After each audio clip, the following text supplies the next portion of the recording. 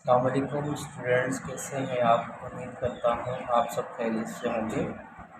Education for everyone के channel से आज एक नए टॉपिक के साथ आपकी खिदमत में एक बार फिर हाजिर हूँ।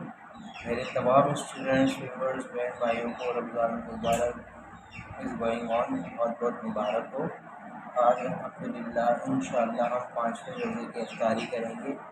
जब भी अफ्तार के वक्त दुआ के लिए हाथ उठाएं तो मेरे इस चैनल के लिए, मेरे लिए, मेरी सेहत के लिए ख़ास तौर पर दुआ कीजिएगा, ताकि मैं आपके लिए रोज़ाना इसी तरह एक नए टॉपिक की वीडियो आपके लिए बनाकर हाजिर खिदमत हूँ। तो स्टूडेंट्स, लास्ट टॉपिक में आपको याद है मैंने आपको प्रोनाउन की डेफिनेशन के बारे में बताया था और उसकी एग्जाम्पल्स के साथ समझाया था। आज मैं आपके लिए एक नया टॉपिक लेकर आया हूँ, काइंड्स ऑफ प्रोनाउन। अब प्रोनाउन की कितनी अक़साम होती हैं वो मैंने आपके साथ इस वाइट बुक पर शेयर की है हमेशा की तरह। तो जिस तरह आपने नाउन पढ़ा था, नाउन की काइंड्स पढ़ी थी, there are 5 types of noun, ठीक है ना। Common noun, proper noun, collective noun, abstract noun and material noun. इसी तरह काइंड्स ऑफ प्रोनाउन। प्रोनाउन क्या होता है, किसे कहते हैं? आप मेरे इस चैनल को सब्सक्राइब करें, बेल आइकन पर क्लिक करें और मेरी इससे पहले की वीडियो बासानी वॉच करके आप नाउन की डेफिनेशन हासिल कर सकते हैं और इस टॉपिक को समझ सकते हैं। आज का मेरा टॉपिक है काइंड्स ऑफ प्रोनाउन। जिस तरह नाउन की काइंड्स पढ़ी थी हमने, आज हम पढ़ेंगे काइंड्स ऑफ प्रोनाउन के। इसमें ज़मीर की कितनी अक़साम होती है। तो मैंने आपके साथ उनकी जो है वो अक़साम वाइट बोर्ड पर लिखी हैं और शेयर की हैं। मैं वन बाय वन आपको एक एग्ज़ाम्पल समझाऊंगा। उम्मीद करता हूँ कि आपको समझ में आएगी। तो प्रोनाउन की जो अक़साम होती हैं वो टोटल 8 होती हैं। There are 8 kinds of pronoun. Pronoun जिसमें ज़मीर की 8 अक़साम होती हैं। इसमें नंबर 1 होती है personal pronoun, number 2 demonstrative pronoun, number 3 interrogative pronoun, number 4 relative pronoun, number 5 indefinite pronoun, number 6 reflexive pronoun, number 7 distributive pronoun, number 8 reciprocal pronoun. There are 8 parts, there are 8 kinds of pronoun.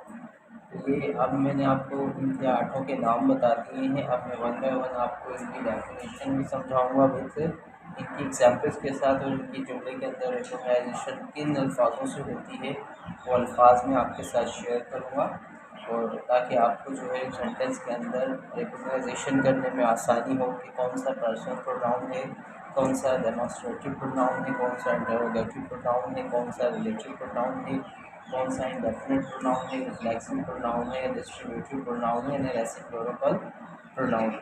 तो there are 8 kinds of pronouns में ज़मीर की 8 अक़साम होती है। तो आए number 1, personal pronoun की डेफिनेशन मैं आपके साथ शेयर करूँगा कि पर्सनल प्रोनाउन पहले किसको कहते हैं। हम पर्सनल प्रोनाउन कहते किसको है? पर्सनल प्रोनाउन हम उसे कहते हैं कि जुमले में जो बोलने वाला होता है, बोलने वाला इस जुमले में, यानी कि बोलने वाला पर्सनल प्रोनाउन कहते हैं किसी जुमले का वो लफ्ज़ जो किसी शख्स के नाम की जगह इस्तेमाल किया जाए उसे हम पर्सनल प्रोनाउन कहते हैं। सिंपली जैसे हमने प्रोनाउन की डेफिनेशन की थी, पर्सनल प्रोनाउन हम उसे ही कहते हैं। पर्सनल प्रोनाउन क्या कहते हैं? जो लफ्ज़ नाउन की जगह पर जुमले में इस्तेमाल हो उसे हम पर्सनल प्रोनाउन कहते हैं।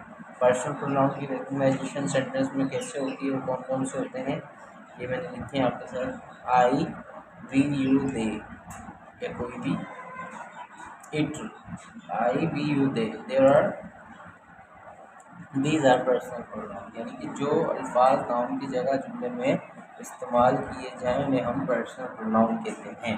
अब आते हैं सेकेंड वन, डेमोस्ट्रेटिव प्रोनाउन क्या होता है? डेमोस्ट्रेटिव प्रोनाउन होता है जब हम किसी शख्स या चीज़ की तरफ इशारा करके उसके बारे में कोई बात करते हैं सेंटेंस के अंदर, तो उस के लिए जो हम जुमले में वर्ड यूज़ करते हैं उसे हम डेमोस्ट्रेटिव प्रोनाउन कहते हैं। यानी कि फॉर एग्ज़ाम्पल मेरी कोई भी चीज़ अगर मेरे करीब है, मेरे हाथ में है, फॉर एग्ज़ाम्पल मैं इशारा करके कहता हूँ this is my white board, ये मेरा वाइट बोर्ड है। तो इस वाइट बोर्ड की तरफ मैं इशारा करके, और इस वाइट बोर्ड की तरफ जो इशारा कर रहा हूँ इसके लिए जो मैं लफ्ज़ यूज़ कर रहा हूँ वो लफ्ज़ सेंटेंस के अंदर डेमोस्ट्रेटिव प्रोनाउन है। यानी कि ऐसा अल्फाज जो जुमले के अंदर किसी नाउन, यानी कि किसी शख्स की तरफ इशारा करके उसके बारे में कोई बात कहते हैं तो शख्स या चीज़ के नाम ना लेकर उसकी जगह जो अल्फाज यूज होता है। फॉर एग्ज़ाम्पल मैं कहता हूँ Ahmad is a good boy, Ahmad एक अच्छा लड़का है। अगर मैं अहमद को रिमूव करके कहता हूँ this is a good boy, ये एक अच्छा लड़का है, तो वो भी सेंटेंस में जो मैंने दिस यूज़ किया इशारे के लिए वो डोमेस्टिक प्रोनाउन हो गया। और डोमेस्टिक प्रोनाउन की जुमले के अंदर जो रिकॉग्नाइजेशन होती है वो ये होती है this that these those, this that these those. ये आपको सेंटेंस में जहाँ भी नज़र आएंगे तो आपको समझ में आ जाना चाहिए कि हम किसी शख्स की तरफ इशारा कर रहे हैं उसका नाम लिए बगैर उसके लिए जो अल्फाज इस्तेमाल करेंगे इनमें से वो हमारा सेंटेंस के अंदर डेमोन्स्ट्रेटिव प्रोनाउन होगा। ठीक है, बात से स्टूडेंट मेरी थोड़ी तबीयत सही है। थर्ड वन आ जाता है इंटरोगेटिव प्रोनाउन। इंटरोगेटिव प्रोनाउन से ही आप समझ जाएंगे, यानी कि सवालिया प्रोनाउन, सवालिया इसमें ज़मीर। इंटरोगेटिव प्रोनाउन हम उससे कहते हैं जब हम किसी शख्स, जानदार या चीज़ के बारे में कोई बात जानना चाहते हैं, उसके बारे में कुछ पूछना चाहते हैं, कुछ सवाल करना चाहते हैं, और उसके लिए हम सेंटेंस के अंदर जो अल्फाज यूज़ करते हैं जैसे कि क्या, किसका, किसको, कौन सी चीज़ वगैरह इस्तेमाल करने के लिए जो हम वर्ड इंग्लिश के सेंटेंस में यूज़ करते हैं उन्हें हम इंटरोगेटिव प्रोनाउन कहते हैं। इंटरोगेटिव प्रोनाउन इंग्लिश में लिखते कैसे हैं और सेंटेंस में उनकी रिकॉग्नाइजेशन कैसे होती है, तो कुछ इंटरोगेटिव प्रोनाउन मैंने आपके साथ लिखे हैं जैसे कि who, which, home, what. Who, which, home, what, ये इस किस्म के अगर अल्फाज आपको सेंटेंस के अंदर जुमले में नज़र आए सेंटेंस में तो आप आराम से रिकॉग्नाइजेशन कर सकते हैं कि दीज आर इंटरोगेटिव प्रोनाउन। ठीक है, अब आ जाते हैं हम चौथे पे रिलेटिव प्रोनाउन। रिलेटिव प्रोनाउन क्या होते हैं और हम किससे कहते हैं रिलेटिव प्रोनाउन? रिलेटिव प्रोनाउन जो होता है हम उसे कहते हैं जब हम किसी शख्स, जानदार चीज़ की तारीफ़ करते हैं तो नाउन के इस्तेमाल के बाद उस नाउन की तारीफ़ के लिए ऐसे जुमले इस्तेमाल करते हैं जिसमें, यानी कि ऐसे जुमले इस्तेमाल करते हैं ये वही लड़का है जिस तरह जिसने इम्तिहान में कामयाबी हासिल की। इस जुमले में लड़के के बारे में लफ्ज़ जिसने इस्तेमाल किया है उस जुमले में अंग्रेज़ी में इस तरह लिखा जाता है और हम उसे, यानी कि इंग्लिश में सेंटेंस के अंदर रिकॉग्नाइजेशन कैसे करते हैं तो वो मैं आपके साथ शेयर करूँगा, इसलिए मैंने आपके साथ शेयर किया है जैसे कि हु, विच, हुज। ठीक है, अब आप कहेंगे कि इंटरोगेटिव प्रोनाउन की रिकॉग्नाइजेशन भी सर ने यही बताई थी कि हु, विच, होम, व्हाट, और यहाँ पर रिलेटिव प्रोनाउन भी हु, विच, हुज। तो यहाँ पर जो है हम किसी के बारे में कुछ पूछेंगे, सवाल करेंगे, किसी के बारे में जानना चाहेंगे जुमले के अंदर, तो उसके लिए जब हम यूज़ करेंगे तो वो हमारा इंटरोगेटिव प्रोनाउन होगा। और जब हम किसी शख्स के नाउन की इस्तेमाल के बाद उस नाउन की तारीफ़ के लिए जब उस वर्ड के इस लफ्ज़ का इस्तेमाल करेंगे तो उन्हें हम, यानी कि रिलेटिव प्रोनाउन देंगे। जैसे कि मैं कहूँगा he is a good boy who pass the exam, ये एक अच्छा लड़का है जिसने एग्ज़ाम पास किया था। तो ये जो मैंने हु बीच में लगाया था तो ये हु, विच, हो, इस तरीके से जब हम, यानी कि इसका सेंटेंस में इस्तेमाल करेंगे इन अल्फाज का, यानी between the two sentences, between the two clause, फिर हम उसको रिलेटिव प्रोनाउन करेंगे। अब आ जाते हैं number 5 indefinite pronoun. Indefinite pronoun किसे कहते हैं? अब हम किसी गैर मुअय्यन शख्स, जानदार या शे के बारे में कोई बात कहते हैं तो इस जुमले में तादाद का इस्तेमाल किए बगैर लफ्ज़ जैसे कि आइनी, वन, नन, आल, सम वगैरह इस्तेमाल करते हैं। लिहाजा किसी जुमले में इस्तेमाल होने वाले मज़कूरा अल्फाज इंडेफिनिट प्रोनाउन कहलाते हैं। जैसे कि मैं एक जुमला बनाता हूँ, all the boys played well, all the boys played well, तमाम लड़कों ने बहुत अच्छा खेल पेश किया। अब यहाँ पर जो है आपको अंदाज़ा हो रहा होगा कि मैंने किसी एक पर्टिकुलर शख्स के बारे में बात नहीं की, मैंने एक से ज़्यादा की बात की है, लेकिन इस जुमले में तादाद का इस्तेमाल मैंने नहीं किया। मैंने ये नहीं कहा कि एक लड़के ने, मैंने ये नहीं कहा कि दो लड़के ने, मैंने ये नहीं कहा कि तीन लड़कों ने, मैंने कहा all the boys played very well, क्योंकि तमाम लड़कों ने बहुत ही शानदार खेल पेश किया। तो ऐसे अल्फाज जब हम सेंटेंस में इस्तेमाल करेंगे बग़ैर काउंटिंग के, बग़ैर काउंट किए, बग़ैर किसी तादाद के, जब हम किसी शख्स के लिए या किसी जानदार चीज़ के लिए कोई बात करेंगे और उस सेंटेंस में, तो हम उन वर्ड को इंडेफिनिट प्रोनाउन कहेंगे। इंडेफिनिट प्रोनाउन लिखे कैसे जाते हैं, उनकी जुमले के अंदर रिकॉग्नाइजेशन कैसे होती है, तो ये देखें एनी, सम, वन, ऑल, ठीक है ना। इस किस्म के जब अल्फाज हमें सेंटेंस के अंदर नज़र आएंगे जो किसी शख्स की बग़ैर तादाद के काउंट किए बगैर हम उसके बारे में कोई बात कर रहे होंगे, उसके लिए हम लोग इसका इस्तेमाल करेंगे तो आप पहचान लेंगे इट इज़ इंडेफिनिट प्रोनाउन। अब आ जाते हैं रिफ्लेक्सिव प्रोनाउन। रिफ्लेक्सिव प्रोनाउन मैंने आपको चार्ट ऑफ केसेस में भी पढ़ाया था। जो व्यूअर्स आज फर्स्ट टाइम मेरी इस वीडियो को देख रहे हैं तो वो मेरे इस चैनल को सब्सक्राइब करें, बेल आइकन पर क्लिक करके। वो मेरे इससे पहले के चार्ट ऑफ केसेस के यानी कि चार्ट ऑफ केसेस जो मैंने प्रोनाउन के बारे में पढ़ाए थे आप उसमें भी देख सकते हैं। रिफ्लेक्सिव प्रोनाउन मैंने उसमें भी आपको पढ़ाया था। तो ये एक काइंड भी है प्रोनाउन की, तो इसमें भी हम आपको डिफाइन करूँगा।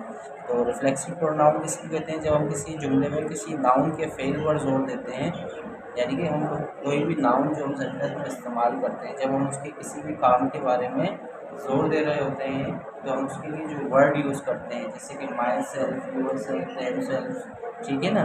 इस किस्म के सेंटेंस के अंदर जब हम वर्ड नज़र हमें आएंगे तो हम आसानी रिकॉग्निशन करेंगे कि ये it is a reflexive pronoun. अब इसका फॉर एग्जाम्पल मैं एक जुमला बना देता हूँ आपके लिए समझाने के लिए कि I myself was present in the meeting.